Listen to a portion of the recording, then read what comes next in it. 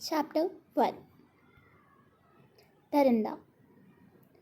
एक आर्मी काले कोट में चेयर पर बैठा सिगरेट पी रहा था। उसकी आंखें देखकर ऐसा लग रहा था मानो कई रातों से सोया नहीं हो। उसकी बड़ी बड़ी नशीली सी आंखें थीं जो थोड़ी लाल लग रही थी। उसने एक छड़ी को अपनी दो ऊँगली में टिका रखा था और दूसरे हाथ से सिगरेट के लंबे लंबे कश ले रहा था। उसके आसपास काफ़ी अंधेरा था। कहीं एक कोई खिड़की से हल्की सी रोशनी आ रही थी। उसके सामने एक लड़की रस्सियों से बंधी थी। उसका सर नीचे झुका हुआ था जिससे उसका चेहरा नहीं दिख रहा था। उसकी हालत काफ़ी ख़राब थी। ऐसा लग रहा था कि उसे किडनैप किया गया हो। वो आदमी काफ़ी देर से उसे घूर रहा था पर उस लड़की ने कोई भी हरकत नहीं की। शायद वो बेहोश हो गई थी। वो आदमी अपनी चुटकी बजाकर किसी को बुलाता है। एक लड़का दौड़ता हुआ आया और सर झुकाकर वहाँ खड़ा हो गया। वो आदमी उसकी ओर थोड़ा गुस्से पर धीमी आवाज़ में बोला, पानी डालो इस पर। उसकी आवाज़ इतनी डरावनी थी कि किसी की भी रूह जम जाए। वो लड़का जल्दी से 2 बाल्टी पानी ले आया और डरते हुए बोला, जी ये ठंडा या गर्म? वो आदमी सिगरेट के अपने पैरों से मसलते हुए बोला, ठंडा, उसके बाद गर्म। वो डरते डरते उस लड़की के ऊपर ठंडा पानी उड़ेल दिया। उस लड़के के ऐसा करते ही वो लड़की बेहोशी में ही चिल्लाने लगी, बचाओ बचाओ। वो लड़का घबरा कर उस आदमी की तरफ देखने लगा। वो आदमी सिगरेट फिर से चलाते हुए उसे जाने का इशारा कर दिया। फिर अपने दांतों के बीच सिगरेट दबाते हुए उठकर उसके करीब जाकर उसे देखने लगा। उस लड़की ने एक पिंक कलर की फ्रॉक पहन रखी थी, कमर तक खुले बाल, पिंक होठ और गोरी स्किन। वो एक कश्मीरी गुड़िया की तरह लग रही थी। वो आदमी बड़ी देर तक उसे घूरता रहा। फिर जब वो लड़की होश में आई तो उसे अपनी जलती हुई सिगरेट को उसके पैर में टच कर दिया। वो चीखती हुई उठकर बैठ गई और उस आदमी से बोली, मुझे मत मारो प्लीज़, मुझे जाने दो, मुझे मत मारो। और फिर वो बेहोश हो गई। वो आदमी उठा और उसकी रस्सी खोल दी। अपने एक हाथ में एक झटके से उस लड़की को खींचा और अपने कंधे पर लेकर अपने बेडरूम में जाकर पटक दिया। इतनी छोटी चीज़ को लाने में भी रस्सियों की जरूरत पड़ी। वो गुस्से में बुदबुदाया। उसके ऐसे बेड से पटकने पर वो होश में आ गई। उसकी फ्रॉक उसकी टाई तक चली गई थी। वहीं उसके पैर पर सिगरेट के छली का निशान था और वो दर्द से करा रही थी। वो आदमी धीरे धीरे उसके पास आने लगा। वो बेड के पीछे खिसकने लगी। वो आदमी एक हाथ से अपना कोट उतारता है और पलंग पर आया। तब तक वो बिल्कुल उसके करीब आ चुका था। वो उस लड़की के दोनों टांगों को अपनी एक मुट्ठी में पकड़कर नीचे खींच लेता है जिससे वो लड़की उसके एकदम नीचे आ जाती है। उसकी फ्रॉक अब बिल्कुल ऊपर तक उड़ चुकी थी और अब उसके नीचे उसके इनरवियर दिख रहे थे जिस पर छोटे छोटे फ्लावर बने हुए थे। वो आदमी अब बिल्कुल पागल हो गया था। वो लड़की डर के मारे थर थर काँप रही थी। उसके मुंह से एक भी वर्ड नहीं निकल रहा था। वो अपनी काँपती हुई आवाज़ में हिम्मत कर बोली, मम्मा मम्मा मुझे बचा लो। वो इतने धीरे से बोल रही थी कि उसकी आवाज़ सुनने के लिए उस आदमी के उसके मुंह के पास अपनी कान लानी पड़ी। वो एक शैतान की तरह बोला, कौन मम्मा? एक बार जो सिद्धांत की नज़र में आ गया उसे कोई नहीं बचा सकता, खुद सिद्धांत कपूर भी नहीं। और बड़ी खतरनाक सी हंसी हंसने लगा। वो उसकी गर्दन की और मुंह लगा कर उसे चूमने लगा। वो लड़की कप कपाती आवाज़ में बोली, मम्मा मम्मा करती हुई वो बेहोश हो गई। सिद्धांत कपूर पूरे वर्ल्ड का नंबर 1 बिजनेसमैन था। साथ ही साथ उसका अंडरवर्ल्ड में भी काफ़ी नाम था। हालांकि वो खुद अभी इलीगल काम नहीं करता था पर उसे पूरे अंडरवर्ल्ड की खबर थी। उसे वहाँ की सारी खबर रहती थी। कितना भी बड़ा माफिया हो वो सिद्धांत का चमचा ही था।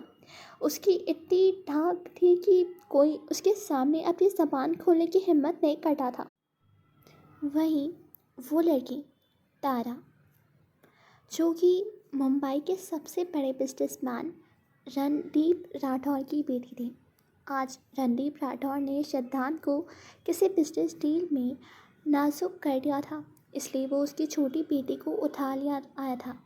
वो एक क्रूअल हार्टेड इंसान था, जिसे जो भी चाहिए वो हर हाल में हासिल कर ही लेता है, और उसे रणदीप राठौर में वो कॉन्ट्रैक्ट चाहिए था। हालांकि वो कोई बड़ा कॉन्ट्रैक्ट नहीं था, पर उसने एक घपला करके वो कॉन्ट्रैक्ट अपने नाम करवा लिया था, इसलिए उसने उसकी बेटी को उठवाया था। हालांकि वो उसको कुछ करना नहीं चाहता था, पर जब वो उसके पास गया तो खुद को रोक नहीं पाया और उसके करीब आ गया। जब वो उसके चेहरे को गौर से देखता है तो वो बेहोश हो चुकी थी। वो उसके गाल को थपथपाने लगा। वो उठ नहीं रही थी। वो गुस्से में उसे वहीं छोड़कर किसी को कॉल करके चला गया। एक लेडी दौड़ कर आई और उसे पानी के छींटे मारकर जगाती हुई बोली, ये तो पूरी भीगी है। तारा धीरे से उठी और चौकन्नी होकर इधर उधर देखने लगी। जब उसे कहीं सिद्धांत नहीं दिखा तो वो रोते हुए उस लेडी से लिपट गई। मुझे मम्मा के पास जाना है, मैंने कुछ नहीं किया, मुझे मम्मा के पास पहुंचा दीजिए आंटी। वो रोते हुए खांसने लगी। वहीं सिद्धांत बगल के रूम में किसी लड़की के साथ इंटीमेट हो रहा था, जो लगातार चीख रही थी। वहीं सिद्धांत उसकी चीख से परेशान होकर थोड़ी देर रुकता है और वो लड़की अब कराने लगी थी। जब वो थोड़ी शांत हुई तो वो फिर से शुरू हो गया। वो लड़की अपना मुंह अपने हाथों से दबाकर बुरी तरह रो और चीख रही थी। थोड़ी देर में उसकी चीख बंद हो गई। वो शायद बेहोश हो चुकी थी। वहीं दूसरे रूम में तारा डर से उस लेडी से चिपकी हुई थी। उस लड़की की चीख उसे और डरा रही थी। थोड़ी देर में एक रौबदार आवाज़ आई, दूसरी लड़की लाओ, इसे ले जाओ। एक आदमी अपनी नज़रें नीचे किए उस लड़की को उठाकर ले जाता है और एक दूसरी लड़की बड़ी अदा से अपने कपड़े उतार रही थी। सिद्धांत एक झटके में उसे अपने नीचे खींच लेता है, उसके बाकी कपड़े फाड़ कर फेंक देता है। थोड़ी देर में उसकी सिसकियाँ कमरे में गूंजने लगती है। कुछ मिनटों में ही वो दर्द से चीखने लगी। चैप्टर 2। सिगरेट का कश लेता हुआ सिद्धांत बालकनी में खड़ा था। उसने सिर्फ एक शर्ट पहन रखा था जिसके सारे बटन खुले थे। नीचे एक ब्लैक पैंट पहना हुआ था। ठंडी हवा उसके बालों के पीछे की ओर उड़ा रही थी। वो कुछ सोच रहा था। अंदर बेड पर एक लड़की बिना कपड़ों की बेहोशी से पड़ी थी। वो अंदर आकर उस लड़की के चेहरे पर पानी के छींटे मारता है तो वो मूव कर दिया। वो उसको बोला, क्या तुम ठीक हो? वो लड़की धीरे से हाँ बोली। तो कंटिन्यू करे। वो अपने शर्ट को उतारता हुआ बोला। वो लड़की आंखें खोल कर उसे हैरानी से देखती है और बोली, फिर से? वो बोला, अभी तो 2 ही बजे हैं। वो लड़की बोली, अब मैं नहीं झेल पाऊँगी, आप हमें जाने दीजिए। वो बोला, इतनी रात को दूसरी लड़की कहाँ मिलेगी? वो लड़की थोड़ी डरी सी लग रही थी। वो फिर से जल्दी से उसके ऊपर आकर बोला, रिलैक्स, ज़्यादा दूर नहीं आऊँगा। वो अगलाते हुए बोली, वो तब तक वो फिर से उसमें एंटर हो चुका था। उस लड़की की चीख के साथ आंखें बंद कर ली। सुबह का वक्त सिद्धांत एक चेयर पर बैठा था। वो ब्लैक बिजनेस सूट में काफ़ी अट्रैक्टिव लग रहा था। उसने अपने एक पैर को मोड़ कर दूसरे पर रखा हुआ था। चेयर से सेट उसके बाल और गहरी काली आंखें उसे बहुत ही हैंडसम बना रही थी। उसकी बॉडी इतनी कमाल की थी कि जो भी उसे देखता बस देखता ही रह जाता। उसने एक ब्लैक कप पकड़ा हुआ था और छोटे छोटे घुट लेकर कॉफ़ी पी रहा था। उसके दूसरे हाथ में उसका फ़ोन था। वो परेशानी से उसे घूरे जा रहा था।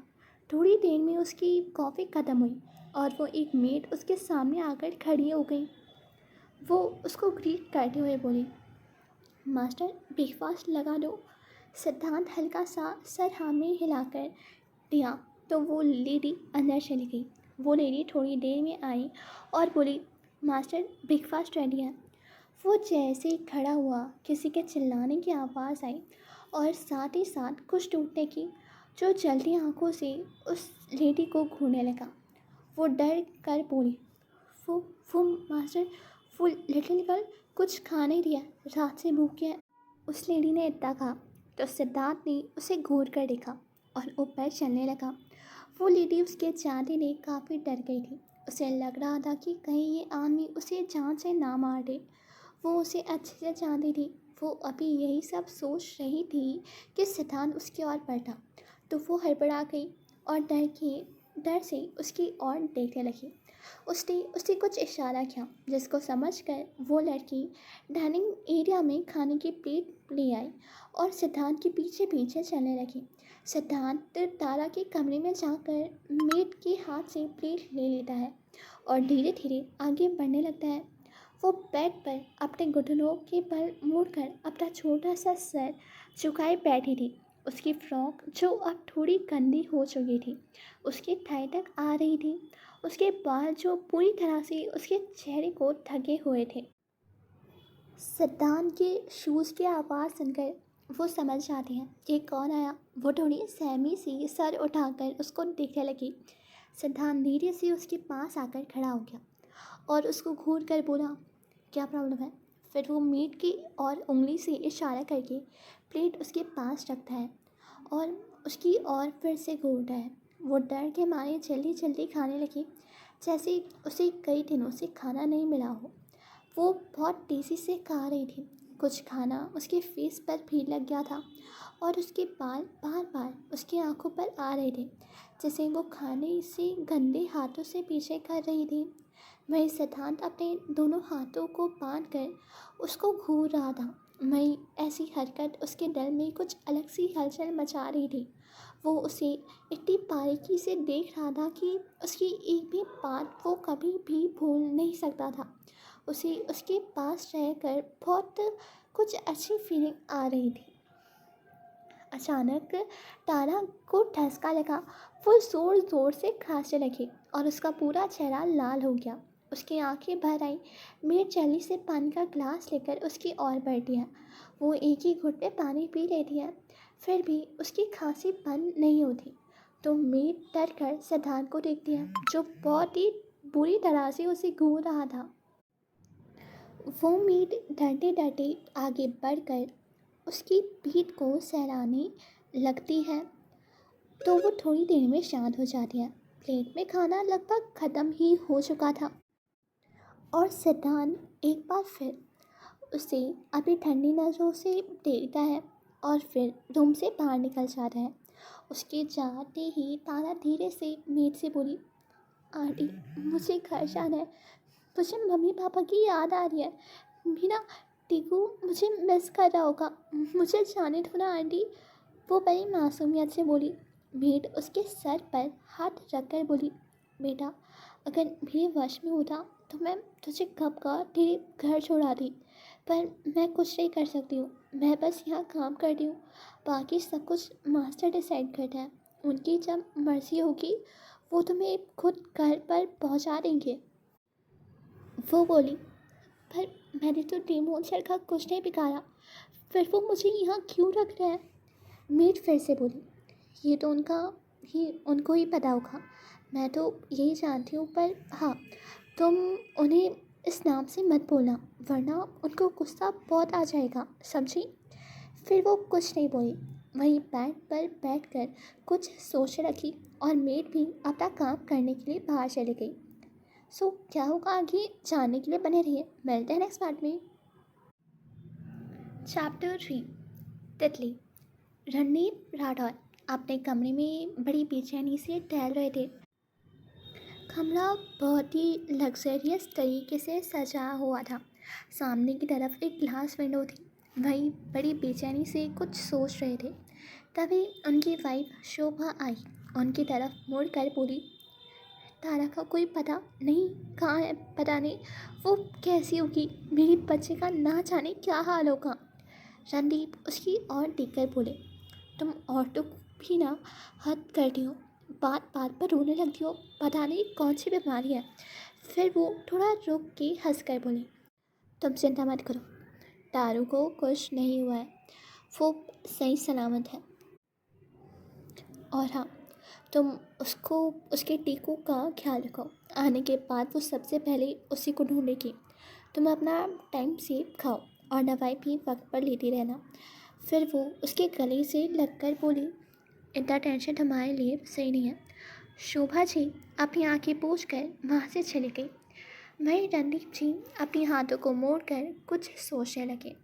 फिर वो किसी को फ़ोन लगाकर बोले, सुनो, उसे आदमी को फ़ोन करके बोल दो कि मैं वो कॉन्ट्रैक्ट उसको देने के लिए तैयार हूँ।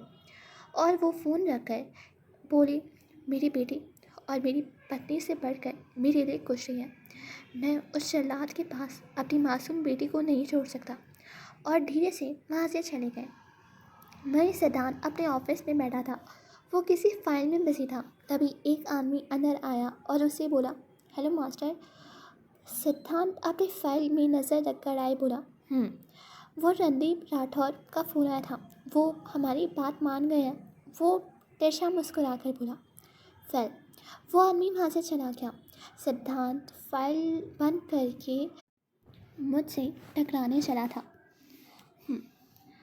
अपनी औकात देख गई और बड़ी जल्दी मान गया ढील के लिए। अब मुझे भी उसकी बेटी को वापस छोड़ना पड़ेगा। पर एक पल वो कुछ सोच में पड़ गया। क्या सच में लिटिल गर्ल वापस जाएगी?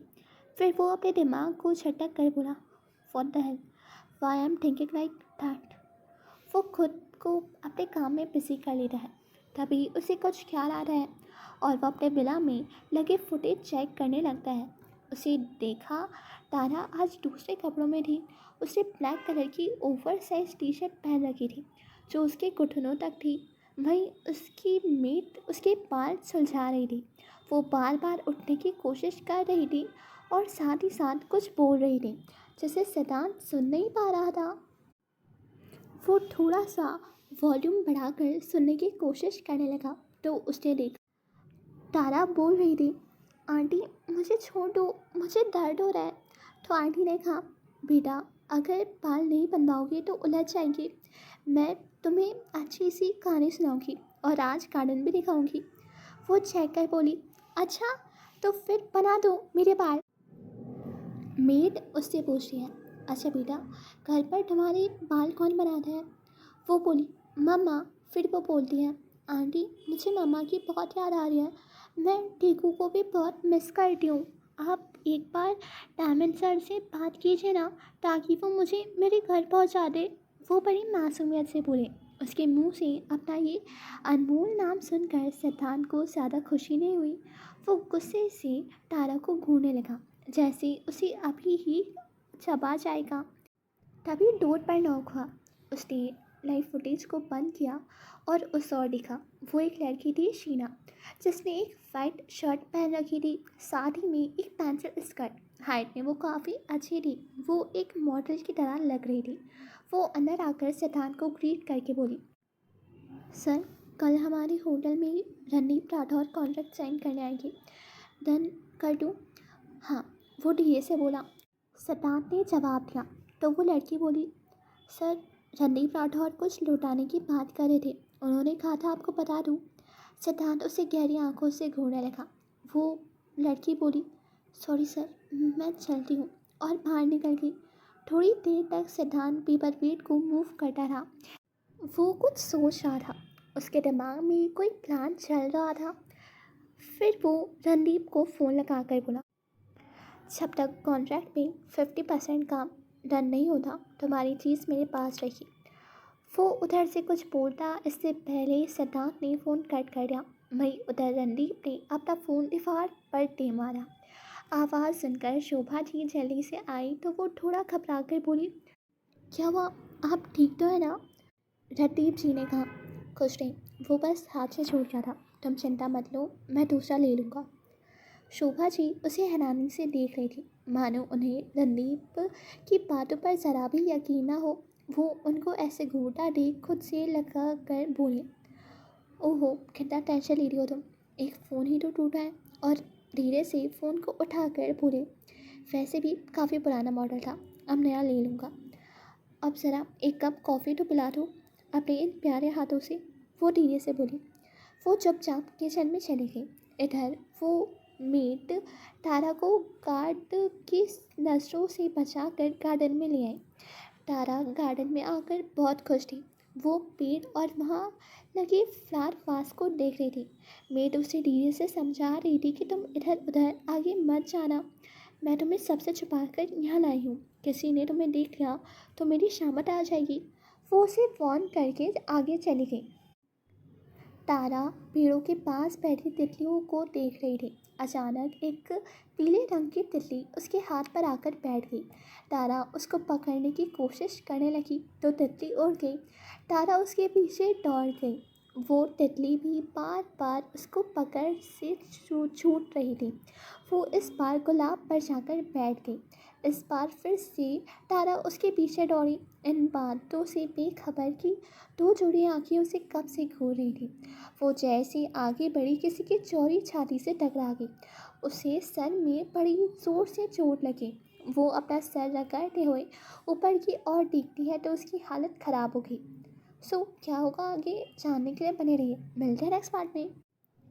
चैप्टर 4। सिद्धांत की बदतमीजी। वो अपना सर उठाकर जैसे ही सामने देखती है तो उसे अपने सामने सिद्धांत दिखता है। वो डर के मारे कांपने लगती है। वो उसे कोल्ड वॉइस में पूछता है, तुम्हारी हिम्मत कैसे हुई यहाँ पर आने की? मैंने तुम्हारे हाथ पैर खोल कर कलर किया, अब तुम्हें फिर से पाना होगा। वो फिर से उसकी भरी आंखों में देखने लगी। डर के मारे उसके माथे पर पसीना था और वो बहुत ही ज़्यादा काँप रही थी। सिद्धांत उससे बोला, किससे पूछ कर तुम बाहर आई थी? बोलो, किससे पूछ कर? तारा इतना डर गई थी कि वो कुछ भी बोल नहीं पा रही थी। वहीं मेड और गार्ड की भी हालत ख़राब हो रही थी। उन्होंने उम्मीद नहीं की थी कि सिद्धांत इस वक्त वहाँ पर आ जाएगा। वहीं तारा डर के मारे काँप रही थी। वहीं सिद्धांत उसी ऊपर से नीचे तक घूरता है। वो अपने ओवर साइज टी शर्ट को नीचे से मुट्ठी में पकड़ी सर झुकाकर खड़ी थी। उसकी हालत देखकर ऐसा लग रहा था कि अगर सिद्धांत ने एक और बात उससे कही तो वो पक्का गिर जाएगी। सिद्धांत उससे पूछता है, ये कपड़े किसके हैं? और कुछ नहीं बोली। फिर वो बोलता है, मैंने पूछा ये कपड़े किसके हैं? तभी पीछे से मेड आती है और बोलती है, जी सर, ये मैंने नहीं दिए थे। सिद्धांत ने उस मेड को घूर कर देखा और कहा, ओह, तो अब तुम्हारी भी ज़बान है, काटना पड़ेगा। ये सुनकर तारा की रही सारी हिम्मत भी जवाब दे देती है और वो लड़खड़ा कर गिरने वाली होती है कि सिद्धांत उसे थाम लेता है और उसे एक झटके से अपनी गोद में उठाता है और उसे अंदर ले गया। एक सर्वेंट आगे बढ़ी पड़ा तो दूसरे ने उसे रोक दिया और बोला, अभी सर को गुस्सा दिलाने की किसी की भलाई नहीं है, इसलिए तुम लोग अंदर जाओ। वहीं तारा सिद्धांत की गोद में काँप रही थी। वो उसे ले जाकर उसे बेड पर पटक देता है और थोड़ा सीरियस होकर बोलता है, बहुत शौक है ना तुम्हें कपड़े बदलने का? किससे पूछ कर तुमने ये टी शर्ट पहन ली थी? बोलो। फिर वो सर झुकाकर बैठी थी। सिद्धांत फिर बोला, तुम्हारी हिम्मत कैसे हुई गार्डन में जाने की? बोलो। वो फिर भी चुप बैठी रही। वो फिर बोलता है, एक बात तुम कान खोलकर सुन लो, तुम यहाँ की लाडली प्रिंसेस नहीं हो जो तुम्हारा जो मन करेगा तुम वो करोगी।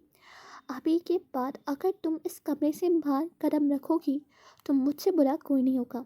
और ये क्या? इतना बोल कर वो अपना हाथ उसकी तरफ बढ़ाता है और डर के मारे तारा अपनी आंखें बंद कर लेती है। उसे लगता है कि सिद्धांत उसे पीटेगा। सिद्धांत जब उसका क्यूट मासूम सा डर से भरा चेहरा देखता है तो खो सा जाता है। वो उसकी टी शर्ट उतारने लगा। तारा उसे मना तो कर रही थी कि वो अपनी टी शर्ट को दोनों मुट्ठी में कस कर पकड़ी हुई थी और अपनी आंखें डर की भींच रखी थी। अब वो उसका टी शर्ट पकड़ने ही वाला था कि तभी कॉल आ गया और वो उसे अटेंड करने लगा। अब तक तारा झट से बाथरूम में चली जाती है और अपना पुराना वाला फ्रॉक पहन लेती है। बात करने के बाद जब वो वापस लौटता है तो वहाँ तारा नहीं थी। वो उसको आवाज़ देकर बुलाने चाहता था पर उसे उसका नाम ही नहीं पता था। वो हमेशा उसे लिटिल गर्ल ही बोलता था। वो अभी सोच ही रहा था कि तब तक वो अपनी फ्रॉक पहनकर बाहर आ गई और सर झुकाकर उसके सामने खड़ी हो गई। सिद्धांत उसकी फोटो देखकर दंग रह गया। फिर वो बोला, गुड, अब बिना मेरी परमिशन के तुम कहीं नहीं जाओगी, ना किसी से कुछ लोगी, समझी। वो धीरे से अपना सर हिलाती है। सिद्धांत एक बार ऊपर से नीचे तक उसे देखता है और फिर वहाँ से निकल जाता है। नीचे आकर सबसे पहले उस मेड से पूछता है, तुम्हारी हिम्मत कैसे हुई लिटिल गर्ल को बाहर ले जाने की और उसे वो कपड़े देने की बिना मेरी परमिशन के। अगर तुम्हारी जगह कोई और होती तो मैं अभी यहीं उसकी जान ले लेता। अब से तुम लिटिल गर्ल के आस पास भी नहीं भटकोगी, समझी। और वो वहाँ से चला गया। आज सिद्धांत खुद के बिहेवियर से हैरान था कि कैसे वो आज अजीब सा रिएक्ट कर रहा था। उस लड़की को किडनैप करने का एक ही मकसद था, रणदीप राठौर से वो कॉन्ट्रैक्ट साइन करवाना। पर जब उसने कॉन्ट्रैक्ट साइन कर दिया है फिर वो उसको क्यों नहीं छोड़ना चाहता, यही बात उसे समझ नहीं आ रही थी। अंत में अपने दिमाग को झटक कर सीधा अपने एक मॉल में आ गया। वहाँ के एक स्टाफ से बोला, मुझे 18 साल की लड़की के लिए कुछ कपड़े चाहिए। वो आदमी शौक था। हमेशा लड़कियों के कपड़े फाड़ने वाला सिद्धांत आज लड़कियों के लिए कपड़े खरीद रहा है, ये तो बिल्कुल चौंकाने वाली बात थी। वहाँ के सारे स्टाफ एक दूसरे को घूरने लगे।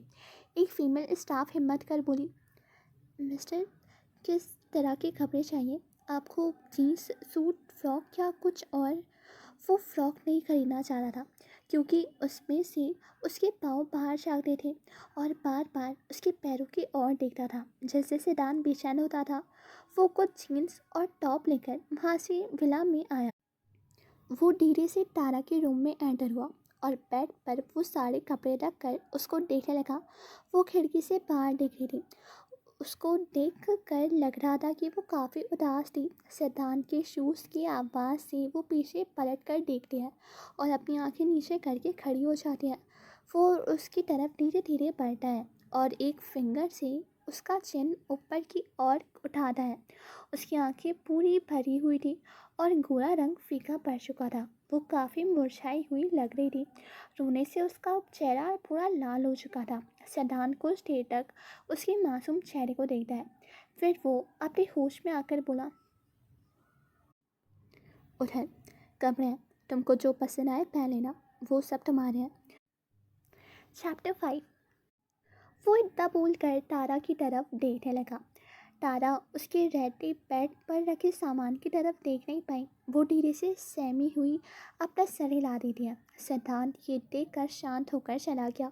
उसके जाने के बाद वो धीरे से उस बेड पर आकर बैठ जाती है और एक एक कर कपड़े देखने लगती है।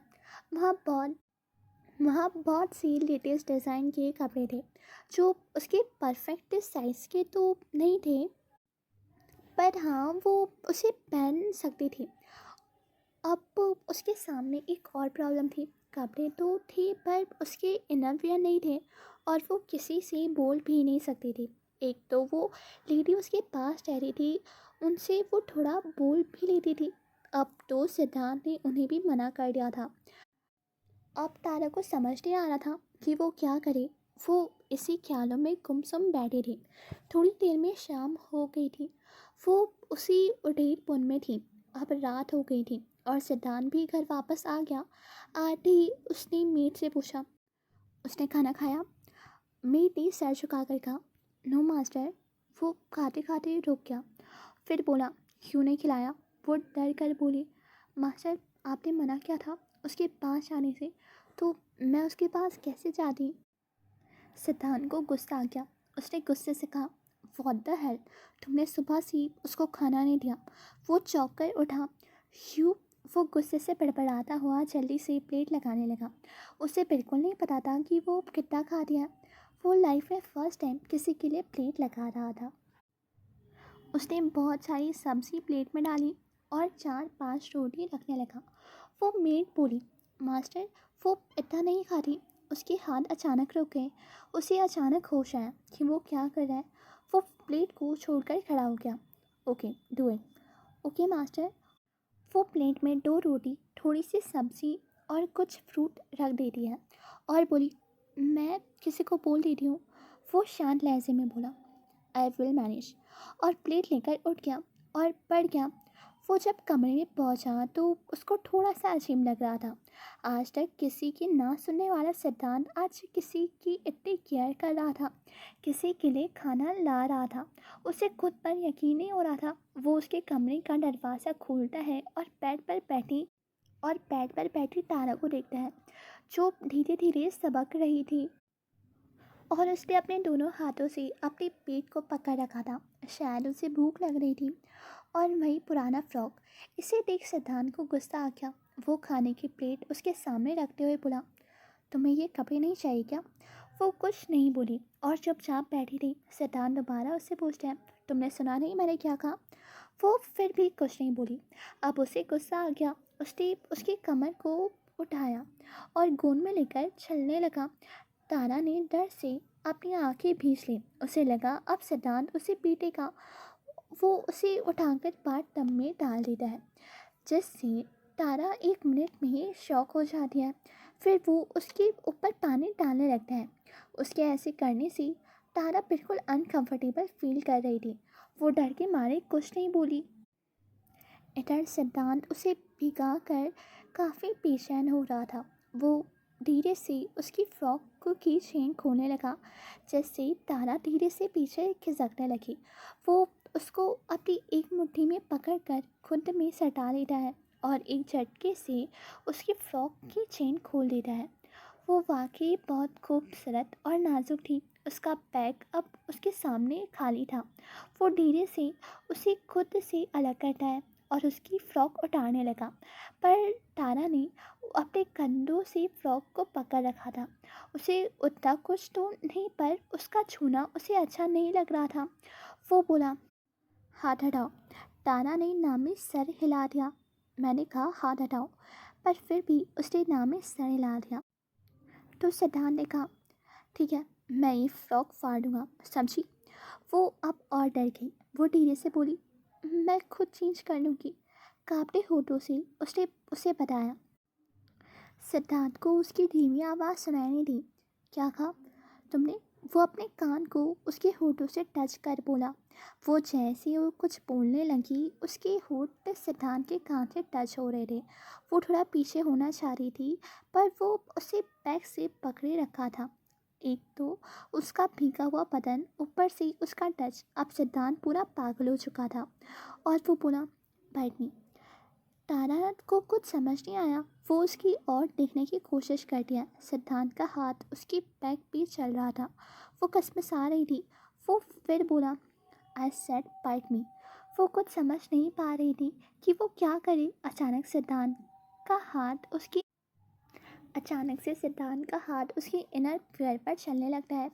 वो उसको खींच कर हटाना चाह रहा था, पर इलास्टिक की वजह से वो वापस अपनी जगह पर आ जा रहा था और तारा को जोर से चोट लगी। उसकी एक चीख पूरे बाथरूम में गूंजने लगी और सिद्धांत अपने होश में आ गया। जल्दी से उसे छोड़कर बाथरूम से निकल गया। बाहर आकर उसने आवाज़ दी, तुम जल्दी से नहा लो और बाहर आ जाओ, नहीं तो मेरे अंदर आने पे मैं खुद भी खुद को नहीं रोक पाऊँगा।